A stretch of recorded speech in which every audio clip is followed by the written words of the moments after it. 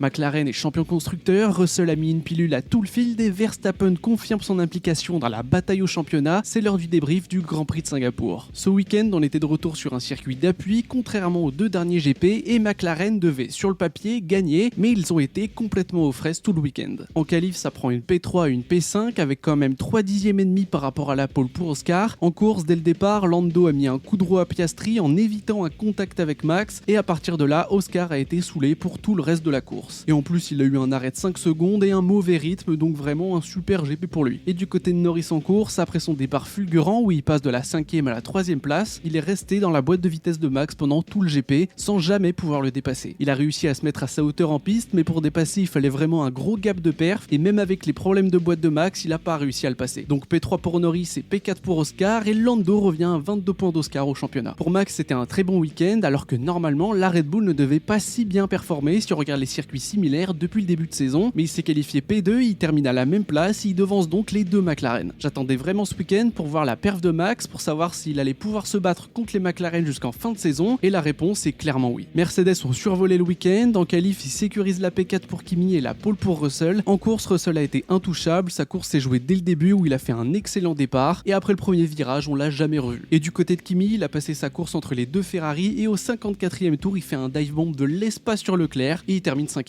Mercedes s'envole donc encore un peu plus au championnat constructeur, avec 27 points d'avance sur Ferrari qui a encore eu un mauvais week-end. Charles l'a très bien dit après la course, Mercedes a fait un step en avant que eux n'ont pas fait et qu'ils ne réussiront probablement pas à reproduire. Donc ça va être très compliqué d'aller reprendre la deuxième place et ils vont même devoir se concentrer sur ce qui arrive derrière. Red Bull n'est plus qu'à 8 points de Ferrari au constructeur. Du côté du midfield, Williams n'était pas très performant comme prévu, les deux voitures ont été éliminées en Q2 et Sainz parvient tout de même à prendre le point de la 10e place. Chez Aston Martin, Alonso prend la 7e place grâce à la pénalité de 5 secondes sur Hamilton. Chez Racing Bulls, c'était un week-end compliqué. Lawson a placardé 2 fois la voiture en essai et en qualif, il prend une 14e place. Et pour Isaac, il se qualifie 8e en ratant son dernier tour de Q3. C'est dommage, c'est la première fois qu'il allait en qualif en gardant 2 trains de soft pour la Q3 comme les top teams, donc il était déçu. Et en course, il a eu un problème moteur qui l'a poussé hors du top 10. C'est la première fois depuis Silverstone qu'il y a une As en Q3 si on enlève les qualifs sprint. Berman s'est qualifié 9e et en course, il a maintenu sa place et il prend 2 points. Du côté d'Ocon, c'était un week-end dans l'ombre. Il termine 18e, bloqué dans un train DRS avec une stratégie plutôt naze de son équipe. Allez, on se retrouve à Austin dans 2 semaines.